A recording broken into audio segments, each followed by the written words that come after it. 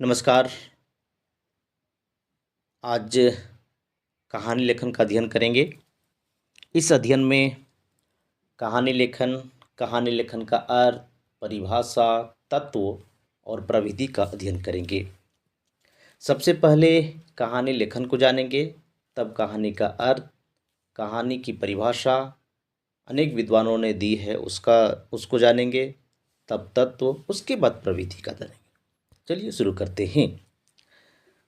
कहानी लेखन एक ऐसा लेखन है जिसमें कहानीकार किसी घटना या काल्पनिक घटना का वर्णन करते हुए उस घटना को रोचकता के साथ क्रमिक रूप में प्रस्तुत करता है। कहानी लेखन एक ऐसा लेखन है जिसमें कहानीकार किसी घटना या काल्पनिक घटना का वर्णन करते हुए उस घटना को रोचकता के साथ क्रमिक रूप में प्रस्तुत करता है, तो वो क्या कहलाता है? कहानी लेखन, है ना। कहानी लेखन में क्या है कि किसी तरह की घटना हो या फिर काल्पनिक घटना हो, तो उसको कहानीकार अपने बौद्धिक क्षमता के माध्यम से उसको क्रमिक रूप में व्यवस्थित करता है, तो कहानी लेखन कहलाता है। ठीक है। अब कहानी के अर्थ को जानेंगे। अर्थ, कहानी शब्द का मूल अर्थ किस्सा या कथा है। कहानी अंग्रेजी के स्टोरी शब्द का हिंदी रूपांतरण है। हिंदी में कहानी शब्द का सबसे पहले डॉक्टर गोपाल राय के अनुसार मुंशी प्रेमचंद ने सोजे वतन की भूमिका में किया।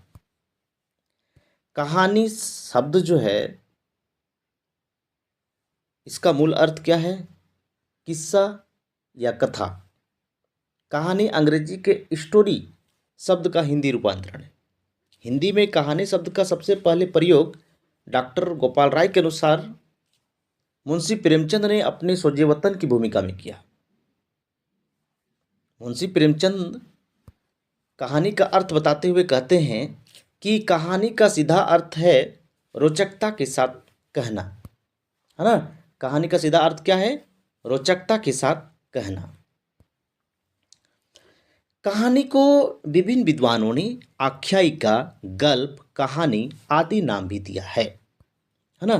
तो कहानी को विभिन्न सारे विद्वानों ने आख्यायिका, कहानी, गल्प आदि नाम दिया। तो ये सब जो नाम है कहानी का ही नाम है। विभिन्न विद्वानों द्वारा दी गई कहानी की परिभाषा को जानेंगे। इससे पहले कहानी लेखन की शुरुआत संस्कृत से ही माना जाता है। प्रेमचंद के अनुसार कहानी की परिभाषा को जानेंगे। गल्प एक ऐसी रचना है जिसमें जीवन के किसी एक अंग या मनोभाव को प्रदर्शित करना ही लेखक का उद्देश्य होता है। प्रेमचंद लिखते हैं कि गल्प यानी कहानी एक ऐसी रचना है जिसमें जीवन के किसी एक अंग या मनोभाव को प्रदर्शित करना ही लेखक का उद्देश्य होता है ना। तो ये परिभाषा किनकी है? मुंशी प्रेमचंद की है। अगली परिभाषा है आचार्य रामचंद्र शुक्ल के अनुसार। आख्यायिका या कथा वह है जिसमें जीवन के किसी एक पक्ष का रोचक विवरण हो तथा इसके माध्यम से किसी चरित्र का उद्घाटन हो, तो वो क्या कहलाता है? आख्यायिका। आख्यायिका यानी कहानी।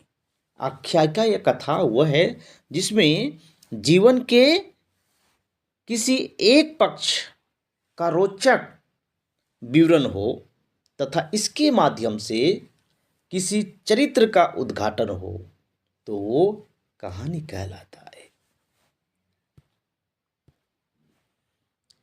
अब अगली परिभाषा है H.G. वेल्स के अनुसार। कहानी तो बस वही है जो लगभग 20 मिनट में साहस और कल्पना के साथ पढ़ी जाए। H.G.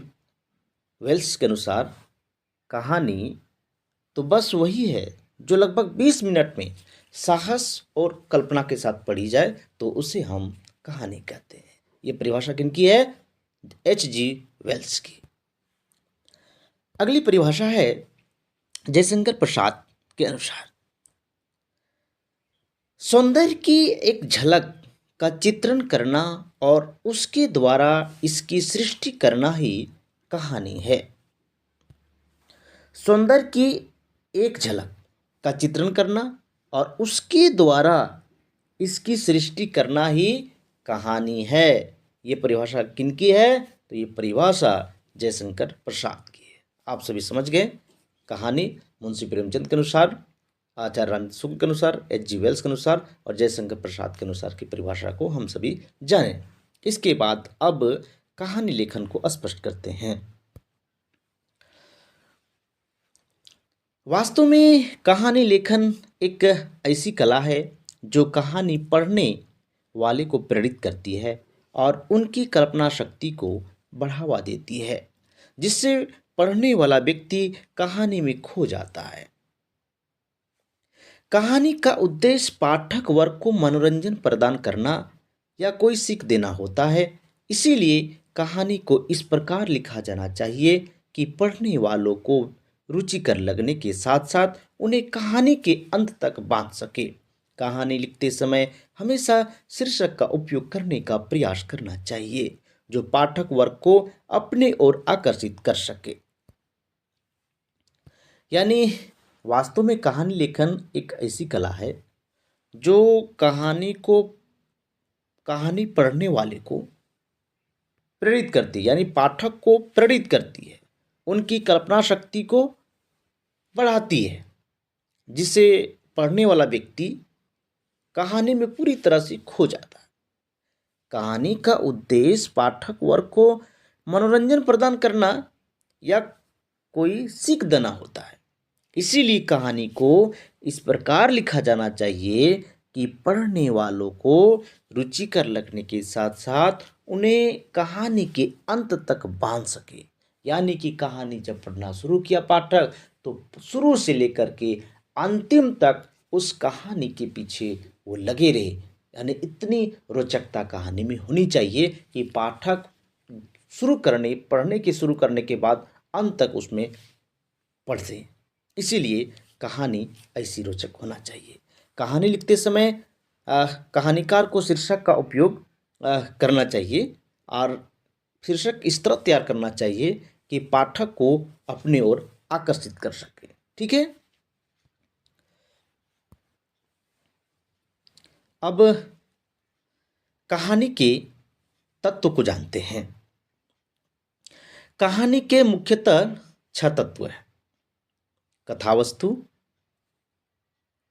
पात्र या चरित्र चित्रण, संवाद या कथोपकथन, देश काल या वातावरण, भाषा शैली,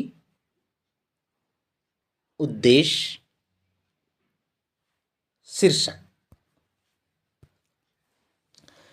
कहानी के प्रथम तत्व है कथावस्तु। तो कथावस्तु कहानी का मूल आधार है। कथावस्तु के माध्यम से ही पूरी कहानी समाहित होती है, उसी में कथावस्तु में ही। तो कथावस्तु रोचक होनी चाहिए और जिस विषय को कहानीकार उठाया है तो उसके अनुरूप होना चाहिए। कथानक की प्रक्रिया इस प्रकार होती है: सबसे पहले प्रारंभ, विकास, उत्कर्ष, अवसान। तो इस रूप में कथावस्तु होनी चाहिए। ठीक है। अगला तत्व है पात्र या चरित्र चित्रण। जिस तरह से कहानी के लिए कथावस्तु जरूरी है, उसी तरह से पात्र भी महत्वपूर्ण होता है। तो पात्र या चरित्र चित्रण का कहानी में होना महत्वपूर्ण है, क्योंकि पात्र के माध्यम से ही कथावस्तु आगे बढ़ती है। तो पात्रों के चयन करते समय कहानीकार को विशेष ध्यान देना चाहिए। ये पात्र जो है समाज के विभिन्न वर्गों के प्रतिनिधि के रूप में हो सकते हैं। और पात्रों का चयन करते समय कहानीकार को विशेष ध्यान रखना होता है और कथा वस्तु के अनुरूप पात्र का चयन करना चाहिए। ठीक है। अगला जो है संवाद या कथोपकथन। पात्रों के पारस्परिक वार्तालाप को संवाद कहते हैं। संवाद के माध्यम से ही कहानी की कथा वस्तु आगे बढ़ती है। पात्रों की चारित्रिक विशेषताएं संवाद से ही परिलक्षित होती है। इसीलिए संवाद सार्थक और सोउद्देश्य होना चाहिए और इनमें अनावश्यक बातें नहीं होनी चाहिए। ठीक है। अब देश काल या वातावरण। तो कहानी का एक महत्वपूर्ण तत्व देश काल या वातावरण है। तो कहानी के विकास में देश काल का भी बड़ा महत्व होता है। कहानी के उद्देश्य की प्राप्ति एवं पात्रों के चरित्र के उद्घाटन हेतु वातावरण का सृजन होता है ना। तो इस तरह से कहानी में पूर्णतः वातावरण पर निर्भर करता है और उसी के माध्यम से कथा वस्तु आगे बढ़ती है और उसमें रोचकता आती है। ठीक है। अगला जो तत्व है वह है भाषा शैली। तो कहानी जो है मनुष्य से सीधा संबंध स्थापित करता है। इसीलिए इसकी भाषा सरल, सहज और प्रभावपूर्ण होनी चाहिए। भाषा जो है कालानुसार और परिवर्तनशील होना चाहिए। कहानी की भाषा पात्र की अपनी भाषा होनी चाहिए जो पाठक को अधिकाधिक प्रभावित कर सके। और भाषा में जो है क्लिष्टता या कृत्रिमता नहीं होनी चाहिए। लोकोक्तियाँ एवं मुहावरों से युक्त भाषा का प्रयोग किया जाना चाहिए जिससे कथा वस्तु में रोचकता बढ़ती है। ठीक है। अब अगला तत्व है उद्देश्य। देखिए, किसी भी रचना का कोई ना कोई उद्देश्य होता है। उसी तरह कहानी का भी उद्देश्य होता है। तो कहानी का उद्देश्य जो है मनोरंजक के साथ साथ समाज में विकृति, समस्या समाधान, राष्ट्रभक्ति और मानवीय संवेदना को जागृत करना होना चाहिए। तभी वो जो है सुउद्देश्यपूर्ण होगा। ठीक है। अब एक तत्व है शीर्षक। तो शीर्षक जो है कहानी का ऐसा होना चाहिए जो संक्षिप्त हो, जिज्ञासावर्धक हो, सरल और रुचिकर हो, जिससे पढ़ते ही पाठक पूरी कथा वस्तु को अंत तक पढ़ सके, यानी कहानी को पूरी अध्ययन कर सके। तो इस तरह का शीर्षक का चयन करना चाहिए। ठीक है। अब बात करते हैं कहानी की प्रविधियां। कहानी की निम्नलिखित प्रविधियां हैं: वर्णनात्मक, आत्मकथात्मक, वार्तालाप, पत्रात्मक, नाटकीयता, प्रतीकात्मक, पूर्वदीप्ति। तो कहने का मतलब है वर्णात्मक। वर्णात्मक ये प्रविधि है। वर्णात्मक है कि कहानी जो है वर्णनात्मक, उसका वर्णन किया जाना चाहिए। विवरण परक विधि जो होता है वो वर्णनात्मक होता है। अब दूसरा जो है आत्मकथात्मक, जिसमें अपनी कथा को विशेष रूप से उसमें महत्व देता है, यानी कि ऑटोबायोग्राफी। तो कहानीकार अपने बारे में जो सोचता है जब उसका चित्रण करता है तो वह आत्मकथात्मक कहलाता है ना। अगला है वार्तालाप, बातचीत, संवाद। तो ये भी एक प्रविधियां हैं जो संवादात्मक शैलियाँ होती है। और दूसरा है पत्रात्मक प्रविधियां जो जो पत्रात्मक शैली में लिखा जाता है।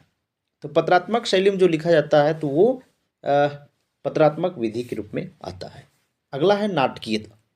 नाटकीय, यहाँ लिखा गया नाटकीय, यह नाटकीय होगा। ठीक है। नाटकीय शैली, तो नाटकीय शैली में क्या है, नाटक का मंचन करने के जैसे विधि में जो लिखा जाता है तो वो नाटकीय शैली कहलाता है ना।